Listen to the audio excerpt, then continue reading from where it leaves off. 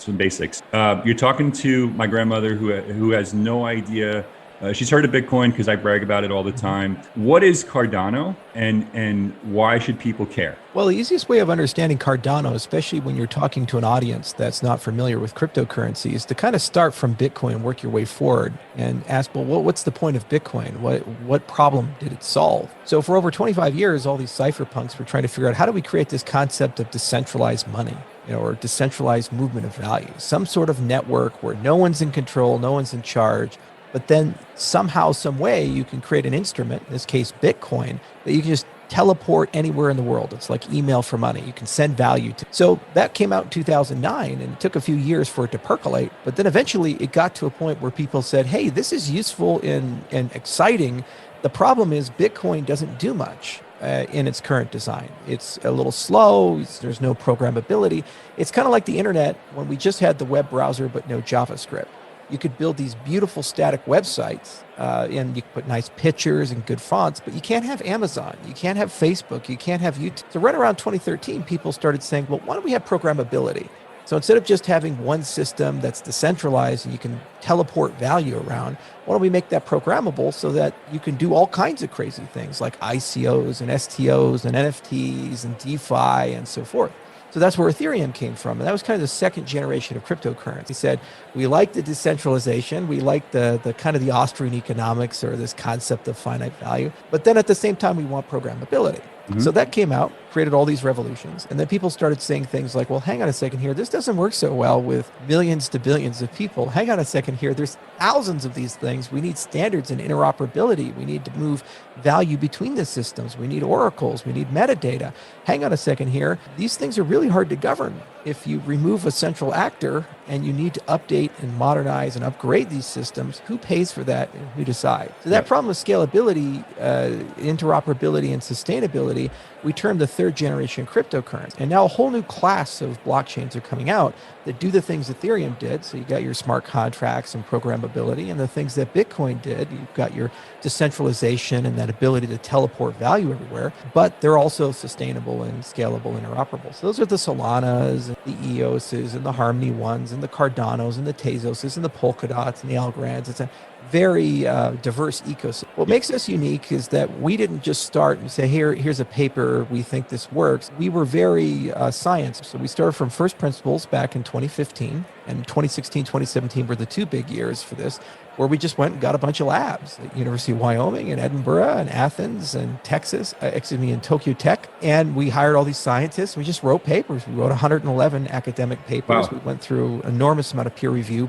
the standards of the computer science world, through conferences. And then we started building a high assurance version of those papers using a kind of a military grade language. So why will something like Cardano smart contracts, break and potentially either break that cycle or create its own cycle in parallel? So, it's kind of funny. Everybody says, well, Ethereum has all the network effect. How are you going to get all their network effect? And I was like, guys, we're very small relative to the set of all developers. There's only about 80,000 or so Solidity developers. There's over 25.4 million developers in the world. Right. So it really comes down to use, utility, and markets that you're playing in. So one of the things that we did over the last 4 years is we built a lot of connections throughout Africa, and we've been systematically onboarding a lot of African customers into our system. Like, for example, the Ministry of Education deal we did in Ethiopia, 5 million people there. And there's a potential to grow that to 20 million over the next 24 to 36 months. So when we say, okay, who is actually going to be a real consumer of DeFi? Is it going to be some kid yield farming in New Jersey, and it's mostly Ponzi-like behavior, and it's probably going to get regulated very heavily in the next 24 months? Or is it a person who doesn't have a bank account who needs to get a loan and doesn't want to pay 75% interest? Totally. So when you look at these two demographics long-term, 3 years, 7 years, 10 years, and I know we don't like to do that in our industry. It's always like when, moon, and what's happening tomorrow. But if you're building protocols that you want to change the world with, you have to have a longer time horizon. Then you start realizing that there's not the right product market fit, not the right product market customer fit yet. So you proactively first have to bring the right customers in. Second, you have to understand there's a lot of B2B2C in the adoption of these protocols. So for example, if you get Microsoft as a client, you potentially have 2 billion customers. So no one's quite done that yet. But the reality is when Fortune 500 governments are procuring and going into these spaces, they look at things like stability. They look at things like assurance, because it's not about rapid growth like Silicon Valley thinks. It's about protection of the networks they already have. They have too much value at risk to risk rapid innovation. Continue. Help us clicking that YouTube like button and subscribe now to our channel. This shows the algorithm that you valued this information. And it helps us spread that message. Sharing is caring. And now, let's continue. So you have to say who's in the position right now to do high assurance software. No one ever got fired for buying an IBM software. That's certainly not Ethereum, where there's $600 million hacks, on a monthly basis, and people are in a rush to just get stuff out, and everything goes up and down 90% too quickly. So there needs to be a marketplace for sustainability and for assurance, and that's underutilized in our ecosystem. The other thing is, how do you bring those 25.4 million developers on board? Right. Well, we have three strategies. We have the pond, the island, and the ocean. That's what I call it. The pond is kind of like what Ethereum does. So bolt on a copy of the Ethereum virtual machine and be interoperable with the 80,000 Solidity developers, and you can use all your Ethereum tooling in Cardano. That's coming. Just to be in English, so that means that if I have an ERC20 contract for a stablecoin or some other token or an NFT 721 contract, in theory, that will be literally compatible.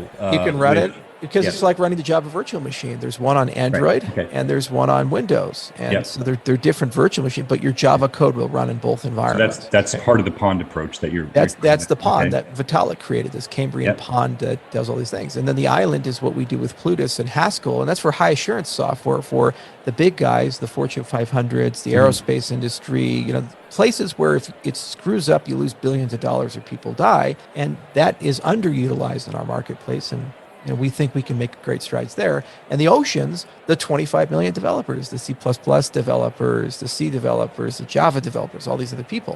So we have a great piece of technology we built out of University of Illinois, Urbana-Champaign, with runtime verification called Yella, which is basically like taking LLVM, something that's been around, Apple created in 2003, and bringing it into the cryptocurrency space. And there's already tons of compilers and other tooling that exist in that world that we can gradually port over. And that means over time, we can support mainstream programming languages and libraries and tools so that regular developers can actually build applications in our ecosystem. Right now, as an industry, we don't have demand for that quite yet. But the next 24, 36 months, we're going to see exponential growth in that demand. And right in that time horizon is when that tooling comes in. So I think you need all three. And you need also predictable cost. And you also need the ability to understand how you're going to scale these things and run these things off-chain. Because when you talk about a DApp ecosystem, it's not tenable to go and say, hey, I know you have $1 trillion worth of software living in this paradigm. Go rewrite all of it and re-express it in our system. We've been trying to do that with banks and mainframes forever, right? They're still stuck there. There's still COBOL code. There's still Fortran code, for heaven's sakes. It's crazy. Instead, what you need to do is say, let's add a service or new capabilities to your application that enables something like account creation or a better way of doing payments. And it's basically something that you bolt onto an existing application. So you need a system that works off-chain as much as it does on-chain. And that's one of the things that we designed Cardano specifically for. And it's something that they kind of discovered in the Ethereum ecosystem that they needed to do. And they created Web3 and all these other things to be able to accommodate it. We built that right into the language and right into the ledger itself to be able to have a very graceful on-chain, off-chain exchange. We think that is also a key component to being competitive over the next 3 to 5 years, in addition to the product market fit, in addition to the island, ocean, pond, and all these other things. What to do in such a situation? Inform yourself and keep your financial education strong. We from the Compact Group offer our loyal subscribers a free educational portal with first-hand monetary, financial, and economic knowledge. Enter our invite-only Insider Club by clicking the link below. You will get access to first-class information far earlier than the rest. We have prepared a special deal for all our members where you can access a giant pool of Robert Kiyosaki's financial wisdom for just $1. To find out more, simply click the link below and join our Insider Club absolutely free. But there is more you can and should do. Build up several streams of income. More and more people realize that they have to take their future in their own hands, but they don't know how and where to start. We from Compact offer our Insider Club members unique opportunities. Strengthen your financial muscle and get the edge. Click the link below. Become part of our free Insider Club. No financial obligations. But there's one important thing you have to know. You have to become active. So do it now. Become active and see you on the other side.